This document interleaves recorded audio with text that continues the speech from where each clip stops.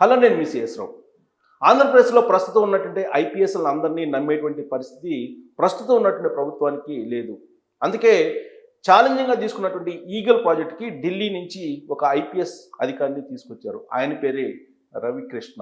ఆయనకు అప్పచెప్పారు బాధ్యతలు.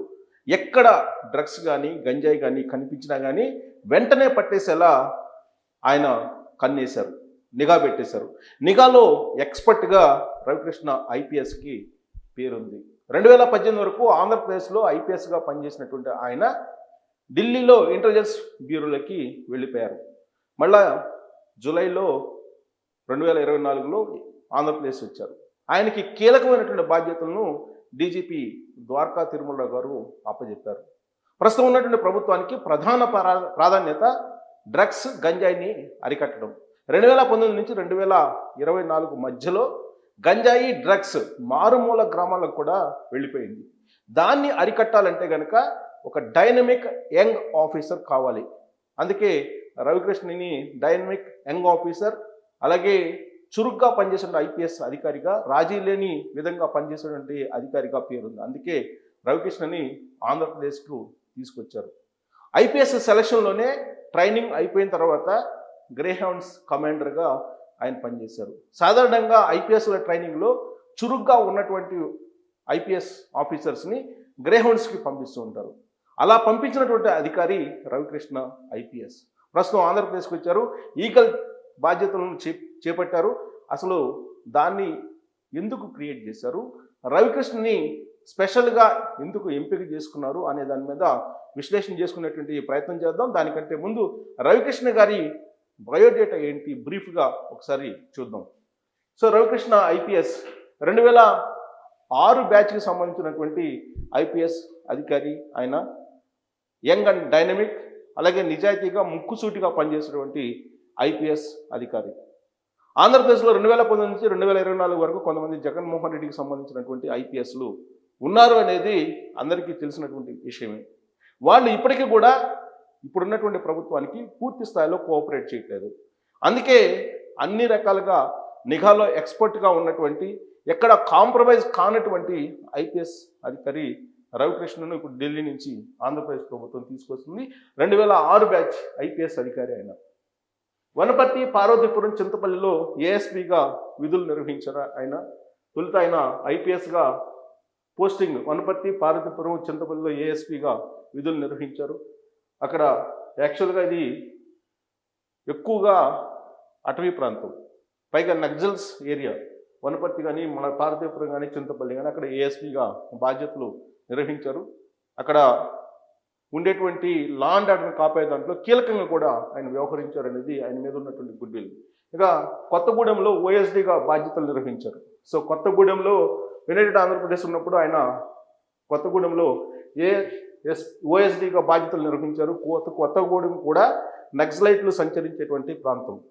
నక్సలైట్లు ఎక్కువగా అక్కడే ఉంటూ ఉంటారు కొత్తగూడెం ఏరియాలో.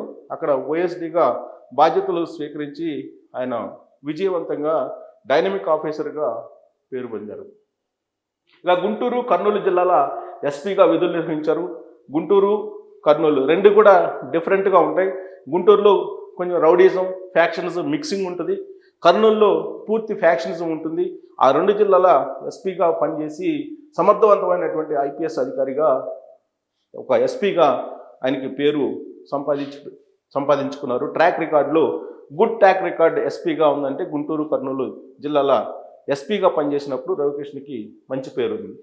ఇక 2017, 2018 అంటే రాష్ట్రం విడిపోయిన తర్వాత 2017, 2018 అంటే చంద్రబాబు నాయుడు గారు విడిపోయిన ఆంధ్రప్రదేశ్కి మొట్టమొదటిగా సీఎం అయినప్పుడు 2017 నుంచి 2018 మధ్యలో తిరుమల తిరుపతి దేవస్థానానికి సంబంధించి ఆయన ఎప్పుడు కూడా ప్రాధాన్యత ఇస్తూ ఉంటారు చంద్రబాబు నాయుడు గారు. ఆ ప్రాధాన్యత క్రమంలో ఆయన తిరుమల తిరుపతి దేవస్థానానికి సంబంధించిన విజిలెన్స్ అండ్ సెక్యూరిటీ ఆఫీసర్గా నియమించారు. చీఫ్గా తిరుమల తిరుపతి దేవస్థానం విజిలెన్స్ అండ్ సెక్యూరిటీ చీఫ్గా రవికృష్ణ గారు పనిచేశారు. ఇక 2018, 2024 మధ్యలో ఈ టెన్యూర్లో 2019లో ప్రభుత్వం మారిపోయింది. జగన్మోహన్ రెడ్డి గారు అధికారంలోకి వచ్చారు. జగన్మోహన్ రెడ్డి గారు అధికారంలోకి రావడానికి ముందే 2018లోనే సెంట్రల్ ఇంటెలిజెన్స్ బ్యూరోకి డిప్యుటేషన్ మీద రవికృష్ణ వెళ్ళిపోయారు. బహుశా ప్రభుత్వం మారుతుందని చెప్పి ముందుగానే ఆయన గ్రహించారు, లేదా ఆల్రెడీ నిఘా వ్యవస్థ మీద ఆయనకి పట్టుంది కాబట్టి రిజల్ట్ ఎలా ఉందో ముందుగానే ఆయన స్మెల్ చేశారో తెలియదు. కానీ 2018లోనే ఎన్నికలకు ముందే ఢిల్లీకి డిప్యుటేషన్ మీద వెళ్ళిపోయారు రవికృష్ణ. 2024 వరకు అక్కడే ఉన్నారు. 2024 ఆగస్టులో ఏపీ క్యాడర్కి మళ్ళీ రిటర్న్ వచ్చారు. ఏపీ క్యాడర్ ఐపీఎస్ అధికారి కాబట్టి మళ్ళా ఆంధ్రప్రదేశ్లో ప్రభుత్వం మారింది. 2024లో కూటమి ప్రభుత్వం వచ్చింది. చంద్రబాబు నాయుడు గారు విడిపోయిన ఆంధ్రప్రదేశ్కి రెండోసారి ముఖ్యమంత్రి అయ్యారు. సో ఈ క్రమంలో మళ్ళీ ఆయన ఢిల్లీ నుంచి తిరిగి ఏపీకి వచ్చారు. ఏపీకి రావాలని కూడా ఇప్పుడున్నటువంటి ప్రభుత్వం కోరుకుంది.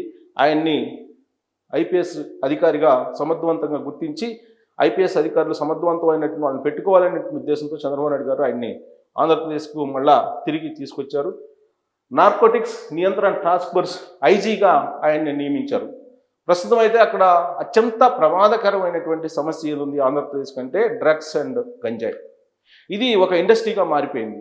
గంజాయిని అయితే పంట పండిస్తున్నారు, ఆ పంట నుంచి ఆయిల్ తీసి ఆయిల్ కూడా ఎక్స్పోర్ట్ చేసేటువంటి భయంకరమైనటువంటి సిచ్యువేషన్కి ఆంధ్రప్రదేశ్ను గత ప్రభుత్వం తీసుకెళ్ళింది అనేటువంటి ఒక అభిప్రాయం ఇప్పుడున్నటువంటి ప్రభుత్వానికి ఉంది. అందుకే ఆ పరిస్థితి నుంచి ఆంధ్రప్రదేశ్ని సురక్షితంగా బయటపడేయాలి అనేటువంటి ఉద్దేశంతో ప్రత్యేకంగా నార్కోటిక్స్ నియంత్రణ టాస్క్ ఫోర్స్ ఏర్పాటు చేశారు. దానికి ఐజీగా ఇప్పుడు రవికృష్ణకి బాధ్యతలు అప్పచెప్పారు.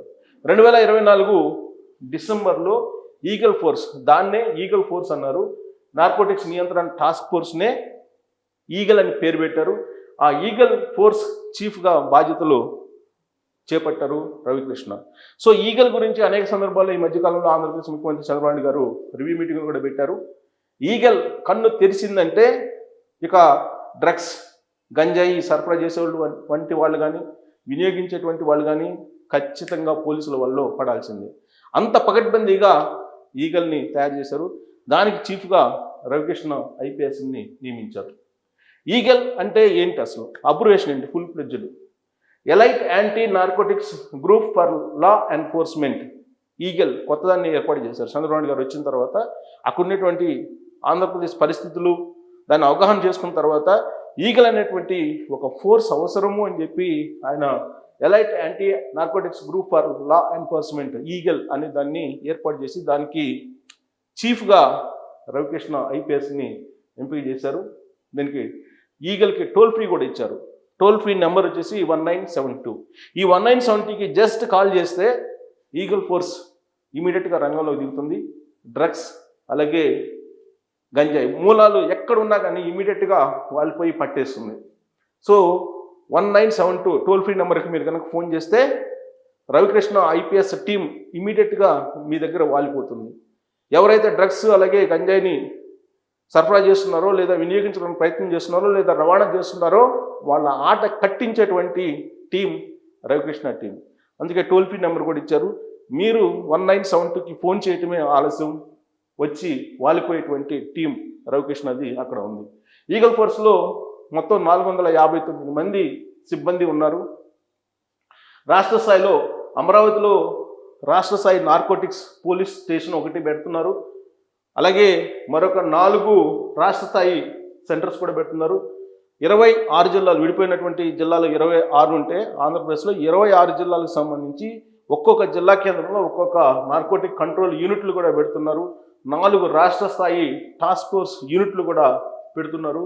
గంజాయి సాగు, రవాణా, అమ్మకాల మీద ఉక్కుపాదు మోపడమే ఈ టాస్క్ ఫోర్స్ యొక్క లక్ష్యం. సో 1972 మర్చిపోవద్దు. మీరు ఇమీడియట్గా ఆ నెంబర్కి ఫోన్ చేసి మీ వంతుగా ఆంధ్రప్రదేశ్ని కాపాడేందుకు ఫోన్ చేసి సమాచారాన్ని ఇవ్వాలి అని చెప్పి రవికృష్ణ ఐపీఎస్ కోరుతూ ఉన్నారు. సో మీ అందరి బాధ్యతగా ఆ నెంబర్ని గుర్తుపెట్టుకొని 1972ని టోల్ ఫ్రీ నెంబర్కి ఫోన్ చేయడం ద్వారా గంజాయి, డ్రగ్స్ రవాణా కానీ అమ్మకాలు కానీ వినియోగం కానీ వీటికి సంబంధించినటువంటి సమాచారం ఇస్తే కనుక నార్కోటిక్ ఫోర్స్ అక్కడ దిగుతుంది, ఈగల్ ఫోర్స్ అక్కడ దిగుతుంది. ఈగల్ ఫోర్స్ దిగి వాళ్ళ ఆట కట్టించేటువంటి ప్రయత్నం చేస్తుంది. కాబట్టి రవికృష్ణ ఐపీఎస్ టీం మీద మీ అభిప్రాయం ఏంటనేది మీరు కూడా తెలియజేయచ్చు. అలాగే 1972 ఫోన్ నెంబర్ని ట్రోల్ చేయడం ద్వారా దీని మీద అవగాహన కల్పించేటువంటి ప్రయత్నం మీరందరూ చేయాలని కోరుకుంటున్నాను. Thank you very much.